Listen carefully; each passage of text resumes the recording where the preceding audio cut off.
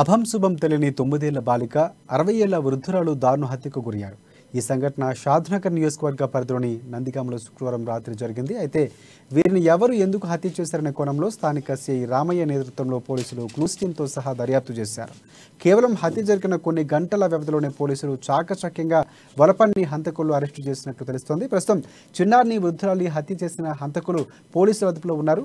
Nandigama CI Ramayya సంఘటనా స్థలాన్ని సందర్శించి శంషాబాద్ డీసీపీ నారాయణ రెడ్డికి సమాచారం అందించగా వారు రంగంలోకి దిగారు. రాత్రికి రాత్రి 4 పోలీసుల బృందాలు హంతకుల కోసం జల్లెడ పెట్టారు.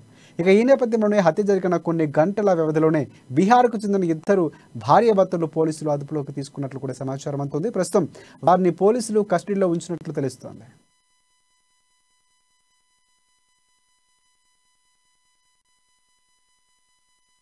దగ్గరలో ఇంకొక 500 మీటర్ల దూరంలో ఇంకొక ఇంట్లో అక్కడ అదే నందిగామ గ్రామంలో వీళ్ళు చేయడం జరిగింది.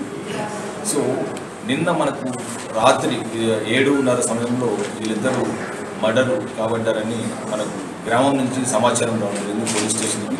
ఇమ్మీడియట్గా నందిగామ ఇన్స్పెక్టర్ రామయ్య తన సిబ్బందితో అక్కడికి చేరుకోవడం జరిగింది. చేరుకొని చూసిన తర్వాత వాళ్ళిద్దరిని ఒక ఇటుక పెళ్ళ తీసుకొని బలంగా తల మీద గాయపరిచి అండ్ గొంతు మీద గట్టిగా వాళ్ళని నులిమి చంపినట్టు మనకు కనిపిస్తుంది. ఆ పాపను కూడా ఈ గొంతు దగ్గర ఒక చాకు తీసుకొని కత్తి తీసుకొని లోపలికి గట్టిగా పోసినట్టుగా మనకు కనిపించినట్టు ప్రాథమికంగా మనకు నిర్ధారణ అయింది. సో దీంతో మనము చూస్తే వీళ్ళు 4 రోజుల క్రితం ఖాళీ చేశారు కాబట్టి అతని మీద అనుమానం రావడం జరిగింది.